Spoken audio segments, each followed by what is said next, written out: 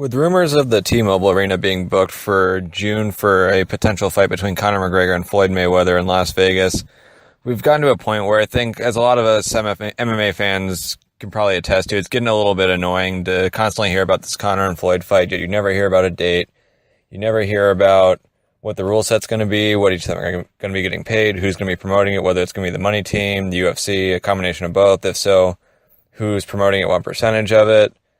And really, what's the card going to look like on top of that? Are they going to fight in an octagon? Are they going to fight in a ring? Is it going to be like one of those Bellator kickboxing shows where you have the ring and you have the octagon, or in their case, the cage side by side, and they have fights going both ways?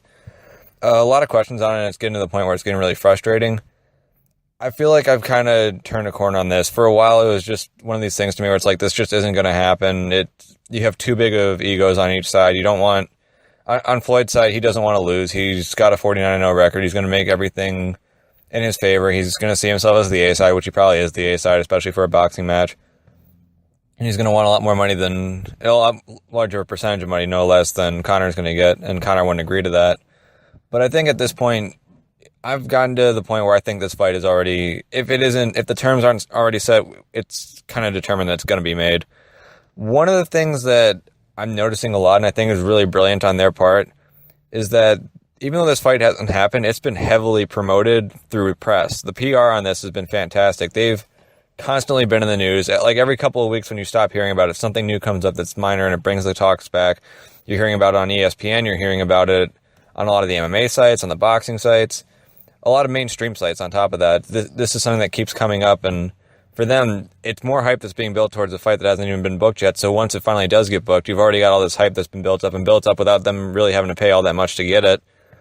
And on top of that, I mean, aside from all the free advertising, you feel like by then, once they have the fight booked, give them a couple of months, let them advertise on top of that, and it's going to be a big event. But to me, it feels like at this point, they know it's going to happen. There's a lot of money to be made on both sides.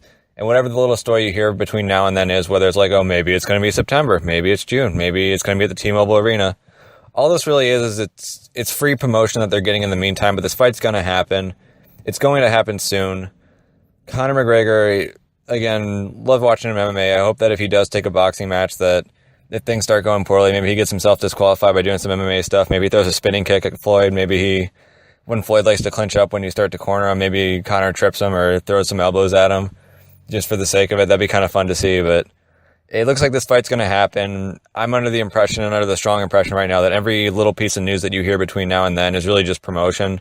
And it's a nifty play on their part in order to get this promotion. But this fight's going to happen soon. You can count on it. The September date sounds pretty reasonable, I think, especially with Conor talking about having his kid. The kid is due to come in May. So that'll give him a few months to train afterwards, just in pure boxing. Looks like he's still been training MMA in the meantime. You have some videos that come out with him doing some cool grappling stuff, but Conor will be in soon. Floyd will be in against him. It's going to be a pretty dumb fight. I think from a technique standpoint, it's really not going to be the most interesting thing ever. Floyd's he's a superior striker, really. He's a superior boxer. If they're in a boxing only fight, you'd have to imagine he'll have a pretty easy time. Hopefully Conor doesn't take too much damage in the fight if it does go that way. Again, it'd be like I said, I think that's probably the best way for it to end is if Conor does get himself disqualified, because then he's not taking too much damage. He's still showing that a lot of the MMA techniques would be very effective, and everyone walks away with a really big paycheck. And hopefully on the undercard, some good guys get to show themselves off, whether that's your Anderson Silva versus Roy Jones Jr. type of fight, if it's going MMA versus boxing in a boxing ring, or if they do that Dynamite type of show where they have some MMA fights, so you get a really big audience. Maybe you get a guy like Demetrius Johnson on that undercard, give him another chance to show himself off. I think at that point, he'd either be breaking Anderson Silva's record or he'd freshly broken it. If he'd freshly broken it, then maybe you can get a super fight with him that can serve as a co-main event. There are a lot of options there, but it's going to happen.